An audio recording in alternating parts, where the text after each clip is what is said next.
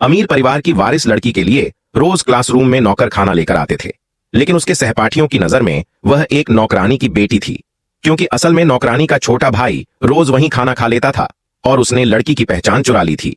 इसी वजह से सबको गलतफहमी हो गई कि वही अमीर घर का बच्चा है। उसने जानबूझकर स्कूल में अफवाह फैलाई कि लड़की नौकरानी की बेटी है और लड़की उससे प्यार करती थी, इसलिए उसने कभी सच्चाई उजागर नहीं की। लेकिन जब उस आदमी ने उसकी पूरी संपत्ति हड़प ली और उसके इलाज तक के पैसे देने से इनकार कर दिया, तब लड़की को उसका असली चेहरा दिखा। गहरे नफरत के कारण उसका पुनर्जन्म 10 साल पहले हो गया। सामने उसी आदमी को देखकर उसने बिना सोचे उसे जोरदार थप्पड़ मार दिया, जिससे सब हैरान रह गए, क्योंकि वह पहले बहुत डरपोक थी। आदमी ने उससे माफी मांगने को कहा, लेकिन लड़की ने फिर थप्पड़ मारकर चेतावनी दी कि असली अमीर कौन है यह मत भूलना। उसे यह पता नहीं था कि लड़की को पिछला सब कुछ याद है। उसने धमकी दी कि अगर उसने यह राज खोला कि वह नौकरानी का भाई है तो वह उसे कभी माफ नहीं करेगा। लेकिन लड़की ने सबके सामने ऐलान कर दिया कि उसकी बहन उसके घर में नौकरानी है। यह सुनते ही वह घबरा गया और चुप रहने को कहकर जल्दी से चला गया। लंच के समय उसकी बहन नौकरों के साथ क्लास में आई। सब छात्र अपनी सीट छोड़ने लगे।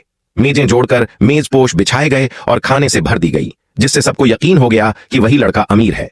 तभी लड़की क्लास के दरवाजे पर पहुंची। नौकरानी ने उसे खाना परोसने को कहा, लेकिन लड़की अपनी सीट पर बैठ गई और उल्टा उससे सेवा करने को कहा। नौकरानी को उसका बदला हुआ व्यवहार अजीब लगा और उसने लड़की से भाई का इंतजार करने को कहा, जिस पर लड़की ने जवाब दिया कि वह किसी नौकरानी के भाई का इंतजार क्यों करे। तभी वह आदमी अपनी गर्लफ्रेंड के साथ आया और बोला कि लड़की उसकी जगह पर बैठी है और उसे बाहर निकलना चाहिए। मना करने पर उसने उसे धक्का देकर बाहर निकाल दिया और उसकी बहन ने दरवाजा बंद कर दिया। सहपाठी उसका मजाक उड़ाने लगे।